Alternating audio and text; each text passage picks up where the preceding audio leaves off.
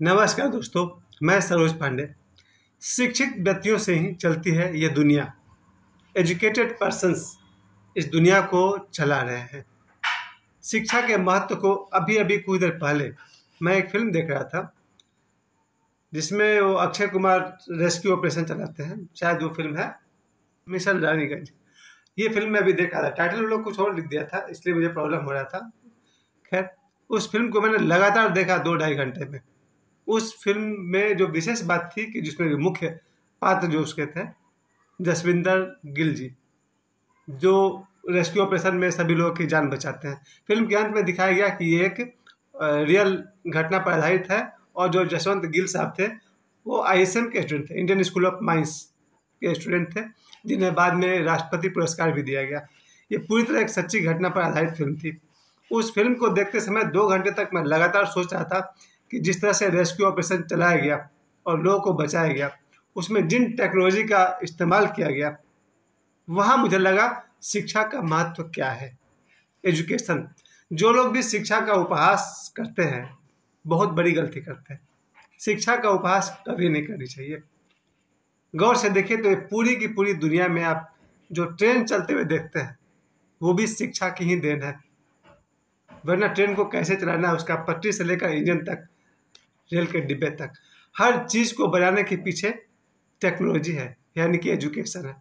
Education को हम जितना महत्व दें उतना कम है। समाज की सबसे बड़ी देन है शिक्षा, और उस पर भी मैं जोर देना चाहूँगा।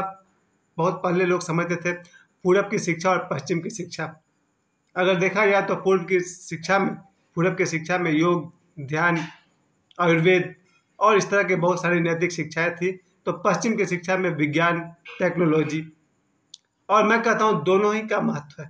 आखिर ये जो दुनिया चलती है, छोटे छोटे साबुन के फैक्ट्री से लेकर के बड़े बड़े सीमेंट के फैक्ट्री तक, इन सब को चलाने के पीछे अगर कोई बेसिक चीज़ है तो वह है एजुकेशन, शिक्षा।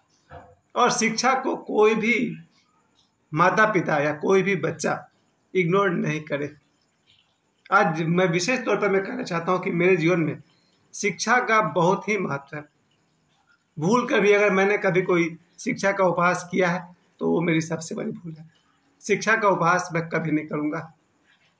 जब कभी कहीं भी बाढ़ आ जाती है या कोई दुर्घटना हो जाती है, उसके जो रेस्क्यू ऑपरेशन चलता है उसके पीछे शिक्षा ही बैकबोन की तरह काम करती है। इसलिए हर घर में हर माता पिता अगर ये समझे कि अपने बच्चे को शिक्षा जरूर दिलाएंगे। और बहुत पहले मैंने कहीं ये स्लोगन सुना था कि आधी रोटी खाएंगे और बच्चों को पढ़ाएंगे। वो स्लोगन बहुत ही प्यारा, बहुत ही कीमती था कि अगर ज़रूरत पड़े तो माता पिता किसी पैसे की समस्या की वजह से अगर आधा पेट भोजन करना पड़े चलेगा, थोड़े सस्ते कपड़े पहनना पड़े चलेगा, लेकिन बच्चों को शिक्षा दिलाने में कटौती नहीं करनी चाहिए। शिक्षा का कितना महत्व है ये आप समझ सकते हैं कि चाहे आप हॉस्पिटल देखते हैं या आप अदालत देखते हैं या पुलिस स्टेशन देखते हैं, समाज की हर व्यवस्था शिक्षा के बैकबोन पर चलती है। वैसे देखा जाए तो बहुत कुछ है, बहुत सारे ब्रांचेज है। शिक्षा है, लीडरशिप है, नेताओं का अलग ही ग्रुप है, इकोनॉमिकल लोग जो होते हैं, जो बिजनेसमैन होते हैं, उनसे भी दुनिया चलती है। सबका अपनी अपनी सबकी भूमिका है। आप हॉस्पिटल्स देख लीजिए, वो सब एजुकेटेड लोग की देन है। नेताओं का एक अलग दुनिया है, बिजनेसमैन की अलग दुनिया है। इन सब के बावजूद मैं कहना चाहता हूँ, अगर सबके भीतर कोई अगर बेसिक पावर है, वो पावर है पावर ऑफ एजुकेशन, शिक्षा की शक्ति, और इसकी पूरी जिम्मेवारी शिक्षक के हाथ में है। और यहाँ मुझे कहना पड़ेगा, जब मैं ये जसविंदर गिल साहब की मैं फिल्म देख रहा था तो मुझे लग रहा था कि जहाँ उन्होंने पढ़ाई की उन सभी प्रोफेसर्स को, टीचर्स को मैं प्रणाम करता हूँ जिन्होंने उनको शिक्षा दिया, पढ़ाया लिखाया। उस फिल्म को मैं 2 घंटा लगातार लगभग मैं फिल्म को देखता रहा। मैं था और मेरा बेटा मेरे साथ में था। वो मुझे समझाया था, क्योंकि फिल्म आधुनिक बेस पर बनी हुई है और मॉडर्न फिल्म को समझने की अब मेरी उम्र रही नहीं। मैं तो पुरानी फिल्म से पत्थर के सनम और उपकार जैसी फिल्म ही समझ पाता था। लेकिन अब जो फिल्म बन रही है 2024 के आसपास में, आज के फिल्मों को समझने के लिए थोड़ा युवा सोच भी ज़रूरी है। और मैं एक साथ साथ में प्रशंसा करना चाहूँगा फिल्म मेकर्स का।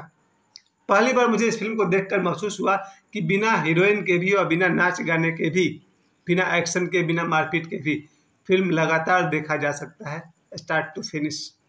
ये मेरा जीवन का पहला अनुभव है कि मैं एक ऐसी फिल्म को देख रहा था जिसमें मुझे कभी ना हीरोइन की जरूरत महसूस हुई, ना नाच गाने की, ना एक्शन फाइट की।